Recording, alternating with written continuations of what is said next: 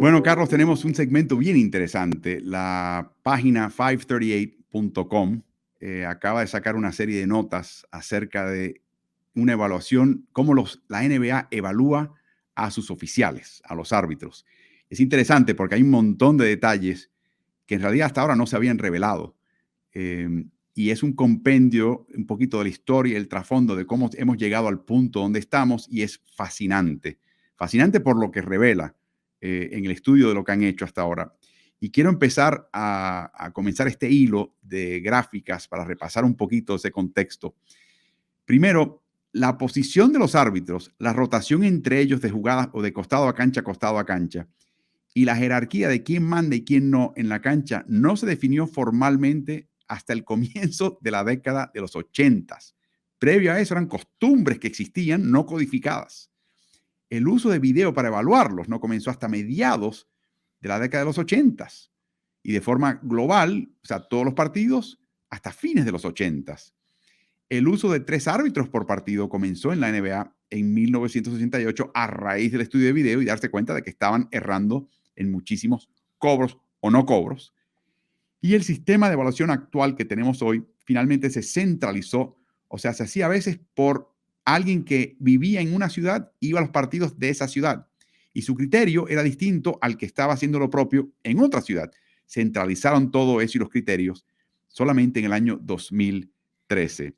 Además, nos comenta un árbitro en esta nota, dice, el partido de básquet generalmente es 2 horas y media de no cobros. De vez en cuando sí hay que cobrar y hay interrupciones y hay sanciones y hay infracciones, pero generalmente un partido no vas a cobrarlo todo y no vas a fiscalizarlo todo, ni necesariamente te vas a fijar en todo.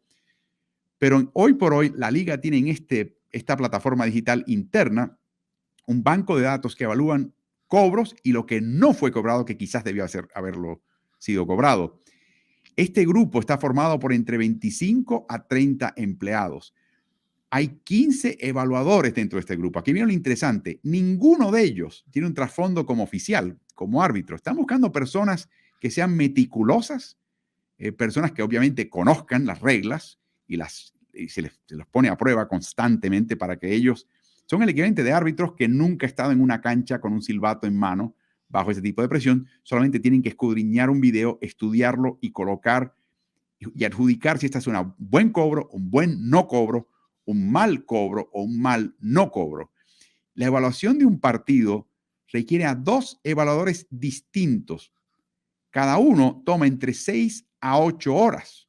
Fíjense en eso, un partido de 2 horas y media les toma de 6 a 8 horas evaluar un partido y los evaluaron todos. Imagínense el trabajo que tienen estas personas y además tienen un supervisor, que es el segundo, que llega a ser este segundo evaluador del mismo partido.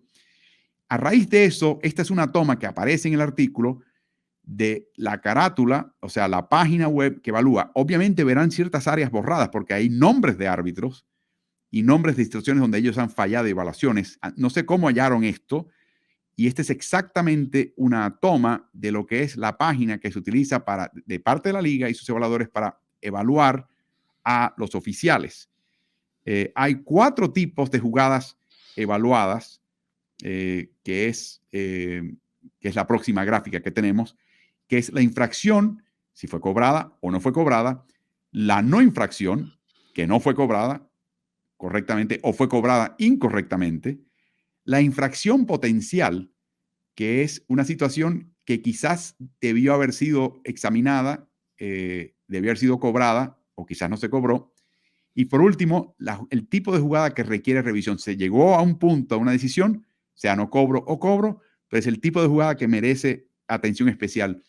Y el artículo menciona que hay veces que hay personas que se ponen a ver estas jugadas, no sé, 40, 50, 100 veces para poder llegar a una determinación de esa jugada en particular. Hay otra plataforma digital que se llama REPS, Referee Engagement and Performance System. Esta es una plataforma aparte que la liga utiliza para comunicarse directamente con los oficiales. Y no solamente es comunicarse de parte de la liga y los supervisores hacia los oficiales, a los árbitros, pero también entre ellos. Obviamente, si la liga quiere hacer un punto de énfasis, quiere enfatizar cierto tema, quiere mostrar algo que se hace bien o quizás que merece corregirse, ahí está. Hay inclusive chat rooms donde los oficiales, los árbitros pueden ir, comunicarse con sus oficiales y no pueden tener acceso a los supervisores, que es algo muy interesante, para ellos poder tener la libertad de tener ese tipo de discusión y poder hacer referencia a eso entre ellos.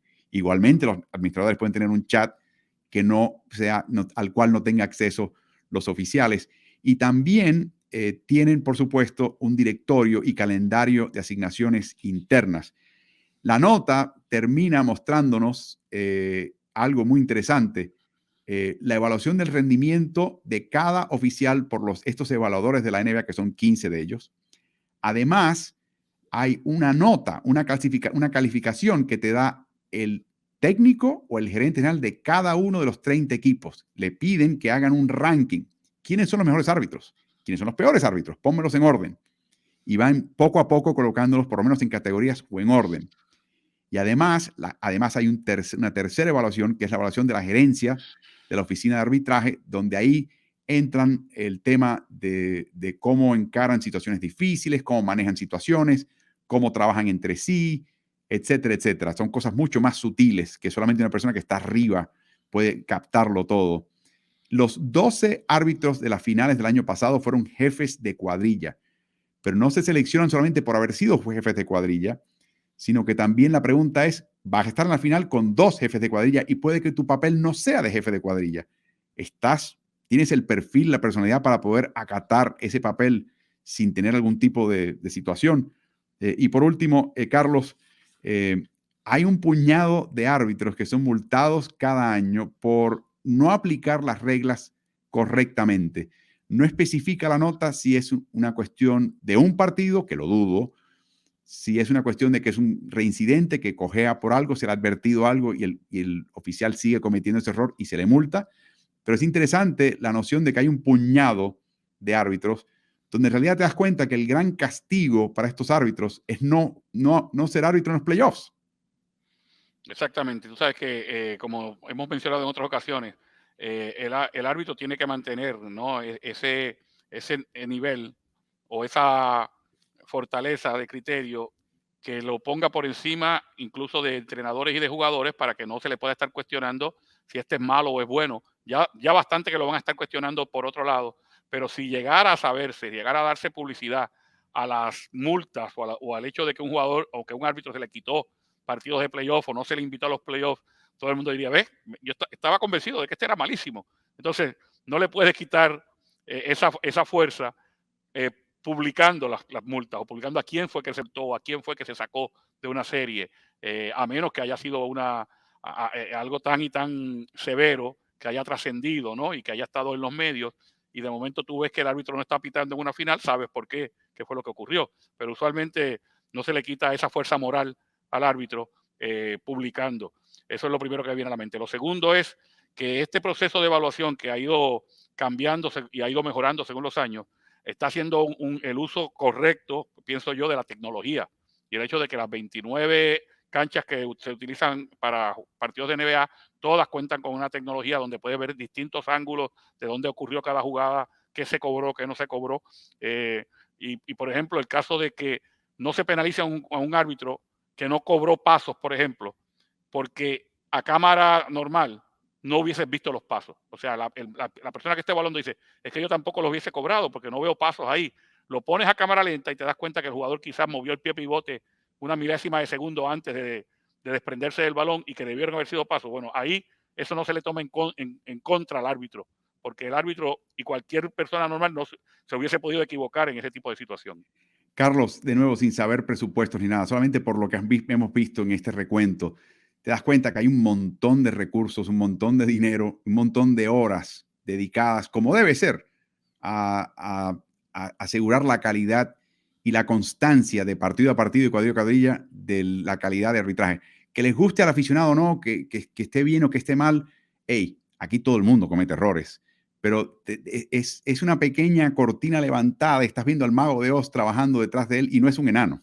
Y te tienes que dar cuenta también que muchas de las personas que critican el arbitraje y demás, y que son, por ejemplo, de nuestros países latinoamericanos o de otros países, te das cuenta que ni siquiera tienen una décima parte del sistema de evaluación que tiene la NBA. O sea, que si estos árbitros han pasado por sedazos, como para estar listos para cometer los menos errores posibles, porque de eso es que se trata, porque el ser humano comete errores. Ningún árbitro te va a dar un 100% de calidad. Si está cerca del 92, 93%, ya es un monstruo, porque todos nos equivocamos, pero se dan los pasos para eh, provocar que se cometan los menos errores posibles, que los árbitros que están son los que tienen que estar. Ahora, quiero hacer un comentario particular que puede ser jocoso o no. A finales de los años 80, en el caso de la NBA, 1988, se establecen los 3 árbitros para tener un mejor control del partido. Y en el baloncesto de Puerto Rico también más o menos para esa fecha era que se establecen los 3 árbitros. Y un periodista amigo mío le pregunta a otro entrenador amigo mío que hiciera un comentario sobre los árbitros, el hecho de que de ahora en adelante en Puerto Rico van a haber 3 árbitros por partido. Y el entrenador muy sagazmente le dice, el rectángulo no soporta un ego más. Bueno, se te iba a mencionar, Carlos, los divos que quizás vimos hace, no sé, 10, 15 años, en parte estaban ahí por su veteranía, por el peso, por haber estado en muchos partidos de importancia. ¿Ese aspecto del arbitraje generalmente se ha perdido o no? Pregunta. Sí, yo creo que con el sistema de evaluación es tan y tan, o sea, cuando tú llegas a la estadística y no hay algo que tú puedas rebatir, ya no estamos hablando de que me gusta o me gusta su carácter o qué bien se ve o cuántos años lleva o cuán amigo es del que asigna a los árbitros. No, no, no. Los números dicen que este señor es el mejor, este es el segundo, este es el tercero y vamos a escoger 12 para la final y son estos 12. Ahí no hay nada que alegar. Por lo tanto, de esa tendencia que había a favorecer quizás los años que llevabas o cuán bien te llevabas o cuán bien te percibían. No, no, no. Ahora la estadística habla por sí sola.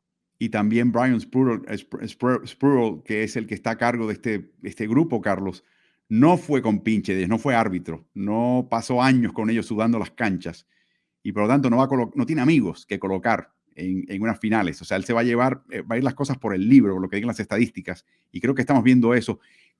Eso por un lado, y por otro lado, Carlos, en un movimiento claro que tiene la liga de diversificar el grupo. Hay mucho árbitro joven, mucho Mucha fémina también. Yo creo que posiblemente es el deporte profesional que más féminas emplea.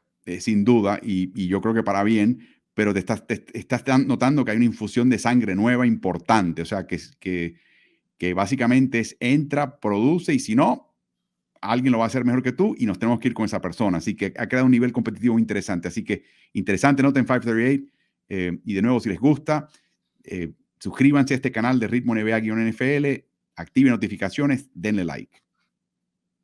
Nos pregunta Enzo Bernardi, ¿Denver puede llegar a ser el tapado para llegar a las finales de la NBA con las vueltas de Michael Porter Jr. y de Jamal Murray? Pudiera ser, definitivamente. Yo creo que como dije anteriormente, y es por la razón por la que yo pienso que Jokic debería ser mi MVP en este momento, la nave se ha mantenido a flote. O sea, la nave no ha hecho agua aun cuando tú pierdes 2 jugadores de esa calidad. Y se han mantenido en una posición donde con cualquier empuje que les llegue pueden subir posiciones, o si les llega en los playoffs y estos jugadores están restablecidos, pueden sorprender a más de uno. Va a ser muy interesante ver qué pasa. Y hay varios equipos tapados en ese sentido y quizás valga la pena hablar de ellos más adelante en Ritmo NBA.